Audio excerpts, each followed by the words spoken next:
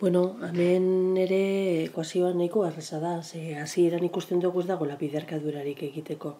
Orduan egin behar duguna da zuzenean MKT atara. Zatitzailea izango da, zatitzaile komuna izango da 6. Bera dalako MKT 3 eta 2 artekoa. Orduan, zatiki algebraiko guztietan ipintzen dugu 6 zatitzaile moduan. 6 zati 3 eginez, 2 ematen du, eta orduan 2 bider eta parentesi artean lehen zegoena. 6 zati bat 6, beraz hemen 6 biderri 3 ipini behar dugu.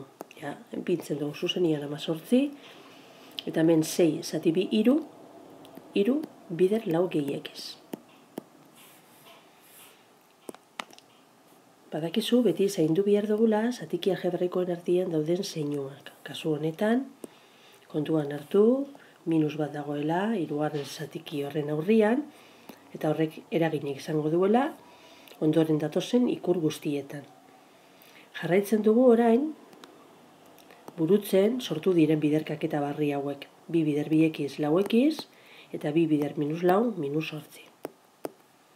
Urrengoan 6 eta 18, ken, 6 eta hemen 3, bider 4 12, 3 bider ekiz, 3 ekiz.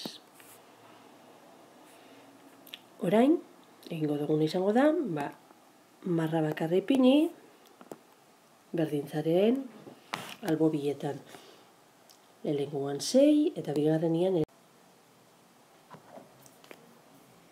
Bueno, hemen esaten dugun moduan, egin behar duguna da, marra bakar horretan, kontuan hartuko dugu hemen minusa dagoela, eta hemen geratzen da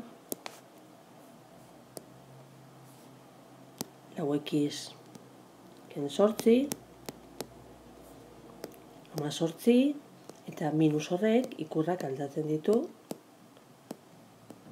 ondorengo gai bien zeinuak aldatuta geratzen dira. Orain,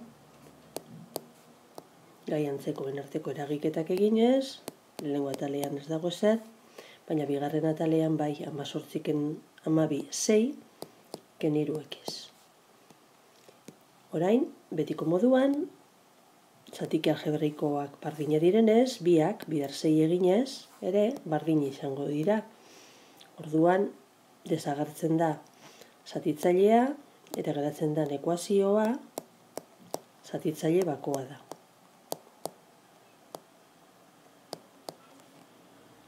Zer egin behar dugu orain?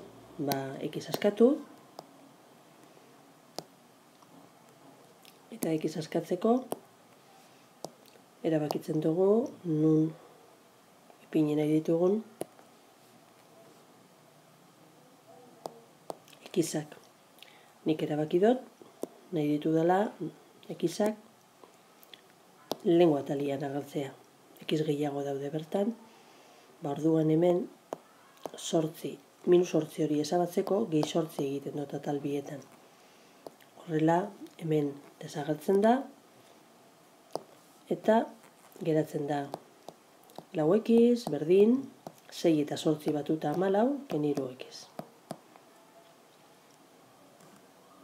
Ekizak lehenengo atalian agertzeko, hemendik desagertu behar da, bigarren ataletik, desagertu behar da minus 3 ekiz hori, udan gehi 3 ekiz egiten dugu atal bietan. Lehenengo atala beraz, geratzen da 4 ekiz gehi 3 ekiz, 7 ekiz, eta bigarren atalian 14. Atal biak zati 7 eginez, ekiz, berdin, 2 geratzen da.